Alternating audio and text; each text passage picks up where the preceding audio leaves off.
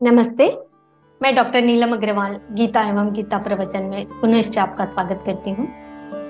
हम 7वां अध्याय पढ़ रहे हैं भक्ति के बारे में। तो विनोबा जी आगे कहते हैं, यह भक्ति होगी तो उस महान चित्रकार की कला हम देख सकेंगे, उसके हाथ का वह कलम हम देख सकेंगे, जहां पर एक बार उस उद्गम के झरने को और वहां के अपूर्व मधुर रस को चखा कि सब रस तुच्छ और नीरस मालूम होंगे। जिसने वास्तविक केले खाए हैं वह लकड़ी के रंगीन केले एक क्षण के लिए हाथ में लेगा और बड़े सुंदर है कहकर एक और रख देगा। असली केलों का स्वाद मिल जाने के कारण उसे इन नकली केलों में खास उत्साह नहीं रहता। इसी तरह जिसने असली झरने की मिठास चखी है वह बाहर के गुलाब शरबत पर लट्टू नहीं होगा। एक तत्वज्ञानी से लोगों ने कहा, महाराज चलिए, शहर में आज बड़ी आराइश की गई है। तत्वज्ञानी बोला, आखिर यह आराइश है क्या?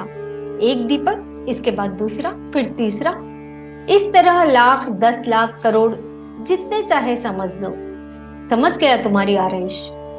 गणित क्षेत्र में होता है ना, 1 अधिक 2 अधिक 3, इस तरह अनंत तक संख्याओं में जो अंतर रखना है वहां यदि मालूम हो जाए तो फिर सारी संख्याएं लिखने की जरूरत नहीं रहती। उसी तरह वे दीपक एक के बाद एक रख दिए समझो।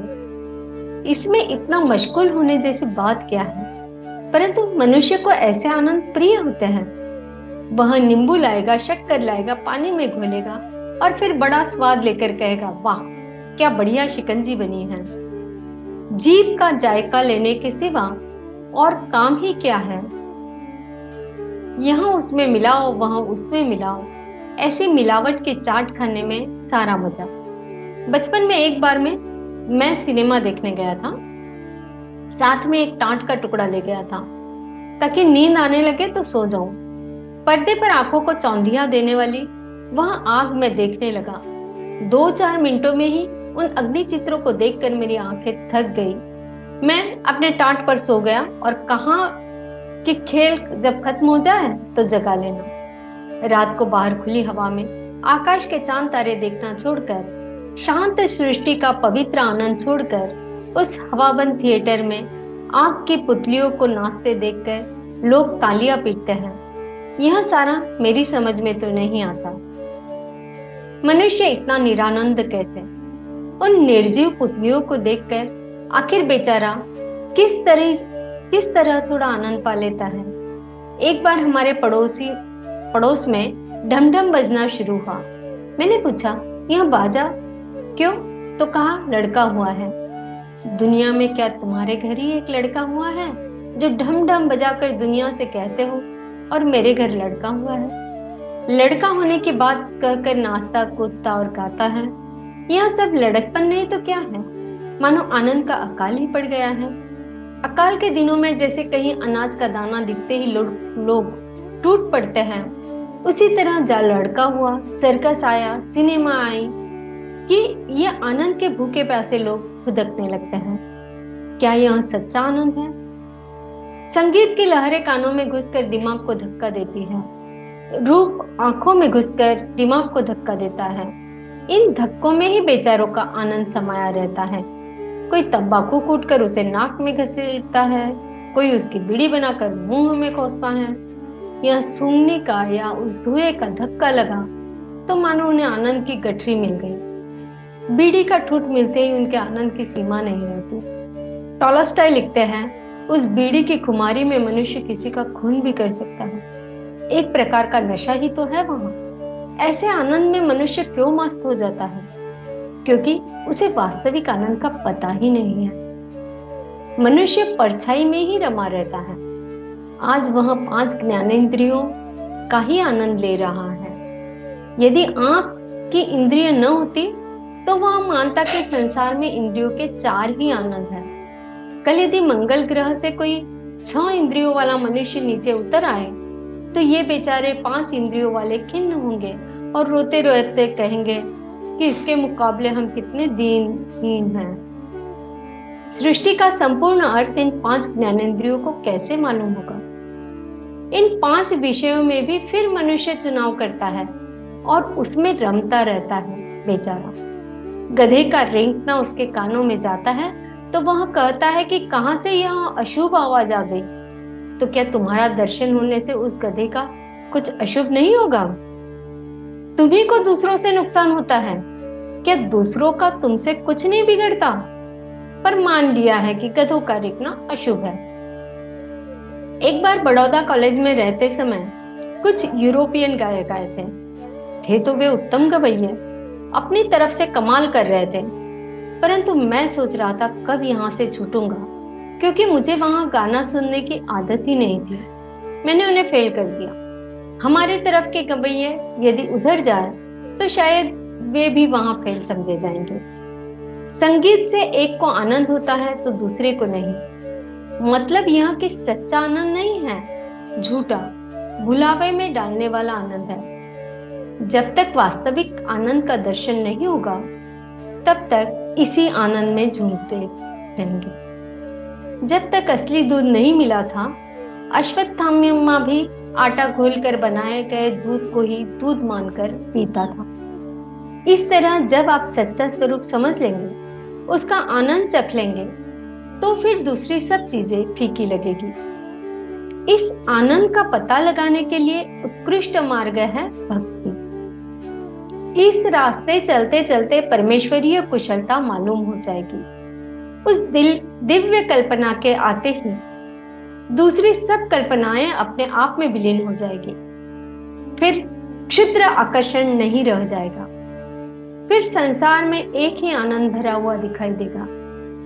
मिठाई की दुकानें भले ही सैकड़ों हों, परंतु मिठाइयों का प्रकार एक सा होता है। जब तक असली चीज हाथ नहीं लगेगी तब तक हम चंचल चिड़िया की तरह एक चीज यहाँ की खाएंगे और एक वहां की। सुबह मैं तुलसी रामायण पढ़ रहा था। दीपक के पास कीड़े जमा हो रहे थे। इतने में वहां एक छिपकली आई। उसे मेरे रामायण से क्या लेना देना था? कीड़े देखकर उसे बड़ा आनंद हो रहा था। वह कीड़ों को झपटने वाली थी। मैंने जरा हाथ हिलाया, वह भाग गई। परंतु उसका ध्यान एक सा लगा था कीड़े की ओर। मैंने अपने मन से पूछा, तू खाएगा इस कीड़े को? तेरी जीभ से लार टपकती है। जिस रस का आनंद मैं लूट रहा था, उसका उस बेचारी छिपकली को क्या पता था? वह रामायण का रस नहीं चख सकती थी। उस छिपकली के तरह हमारी दशा है। हम नाना रसों में मस्त है, परंतु यदि सच्चा रस मिल जाए तो कैसे बाहर आए? भगवान भक्ति रूपी एक साधन दिखा रहे हैं जिससे हम उस असली रस को चख सके। आइए 7वें अध्याय से कुछ श्लोक पढ़ते हैं। 8वां श्लोक चल रहा है। रसोऽहमप्सु कौन्तेय प्रभास्मि शशि सूर्ययो प्रणवः सर्ववेदेषु शब्दखे पौरुषं ऋषु। हे कुंती पुत्र, मैं ही जल का स्वाद हूँ, सूर्य तथा चंद्रमा का प्रकाश हूँ, समस्त वैदिक मंत्रों में ओंकार हूँ, आकाश में ध्वनि हूँ और मनुष्य द्वारा किया जाने वाला पुरुषार्थ भी मैं हूँ। पुण्यो गंध पृथिव्यात्मा च तेजश्चामि विभावसौ जीवनं सर्वभूतेषु तपश्चास्मि तपस्विषु। मैं पृथ्वी में पवित्र गंध हूँ, अग्नि में उष्मा हूँ, समस्त प्राणियों में वायु रूप में प्राण हूँ और तपस्वियों में तप हूँ। बीजं मां सर्वभूतानां विद्धि पार्थ सनातनम् बुद्धिर्बुद्धिमतामस्मि तेजस्तेजस्विनामहम्। हे पृथ्वीपुत्र, तू मुझको ही सभी प्राणियों का अनादि अनंत बीज समझ। मैं बुद्धिमानों की बुद्धि और तेजस्वी मनुष्यों का तेज हूँ। बलं बलवतं चाहं कामराग विवर्जितम् धर्म विरुद्धो भूतेषु कामोऽस्मि भरतर्षभ। हे भरत श्रेष्ठ अर्जुन, मैं बलवानों का कामना रहित और आसक्ति रहित बल हूँ, और सब प्राणियों में धर्मानुसार शास्त्रानुसार विषयी जीवन हूँ।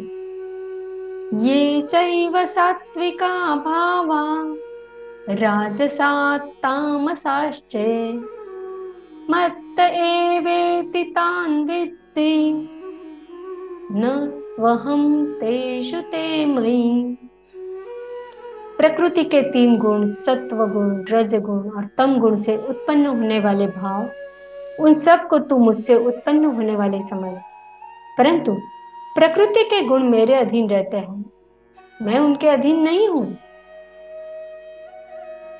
त्रिभी गुणमय भाव एभी सर्वमिदं जगत् मोहितं नाभिजानाति मामेभ्य परमव्ययम्। प्रकृति के इन तीन गुणों से उत्पन्न भावों द्वारा संसार के सभी जीव मोहग्रस्त रहते हैं। इस कारण प्रकृति के गुणों से अतीत मुझ परम अविनाशी को नहीं जान पाते। दैवी हेषा गुणमयी मम माया दुरत्यया मामेव ये प्रपद्यन्ते मायामेतां तरन्ति ते। इन तीनों दिव्य गुणों से युक्त मेरी अपराशक्ति स्वरूप माया को पार कर पाना असंभव है, परंतु जो मनुष्य मेरे शरणागत हो जाते हैं वह मेरी इस माया को आसानी से पार कर जाते हैं। कृष्णार्पणम। आज के लिए चिंतन मनन के लिए हम कहते हैं कि ये त्रिगुण से बनी प्रकृति, अपरा प्रकृति और परा प्रकृति क्या है। धन्यवाद।